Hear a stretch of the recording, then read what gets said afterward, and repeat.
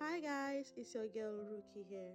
Do you know that if you put a pan on the fire, add some oil and heat up that for a while, then go in with your marinated chicken and just fry that on low medium heat for like 5 minutes until it is nice and ready.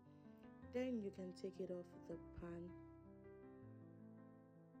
Add some more oil if needed. Then you can go in with your garlic, your onion, and just fry that for a minute or two.